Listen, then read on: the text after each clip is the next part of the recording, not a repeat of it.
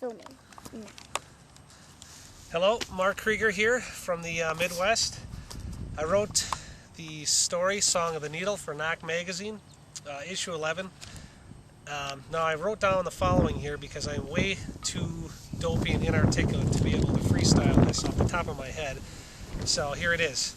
By the way, on camera, my daughter, Brooke Krieger, future Oscar-winning filmmaker. Okay, this is on the creative process and how it works for me. One thing you hear very little of with writing is the creative process. Basically, how a story is born. And I think the most crucial part of that process, as mundane as it might sound, is learning to pay attention to your own life. The first step is learning how to observe.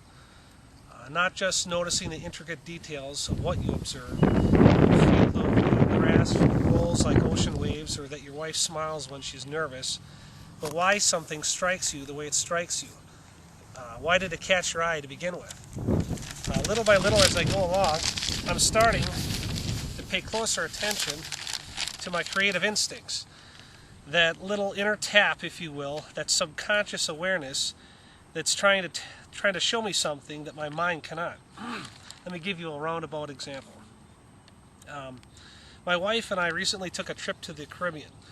We went to Haiti, Jamaica, Grand Cayman, Mexico. There were a lot of points on this trip where we were standing around waiting in long lines, along with other foreigners, waiting to take a ferry or a boat ride.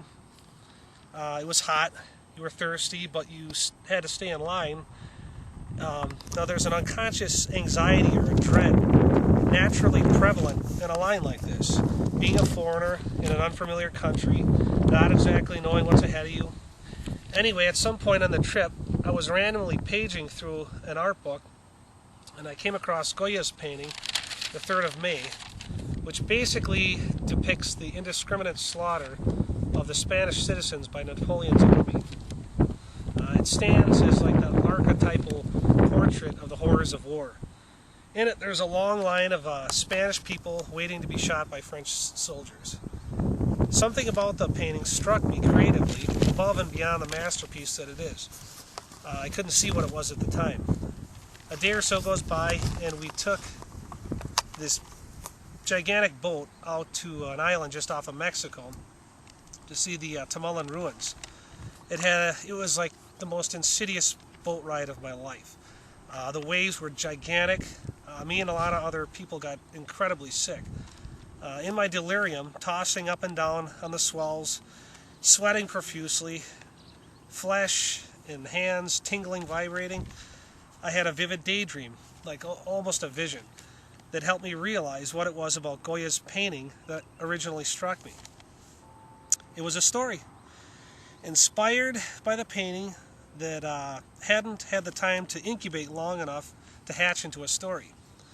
In the daydream, me and my daughter were projected into the painting.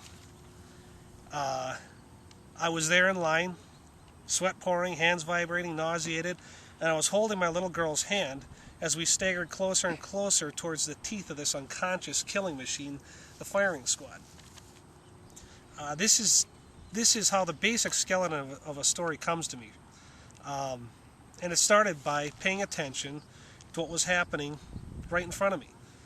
Because you never know what little beads in your life the subconscious will use to weave into a story.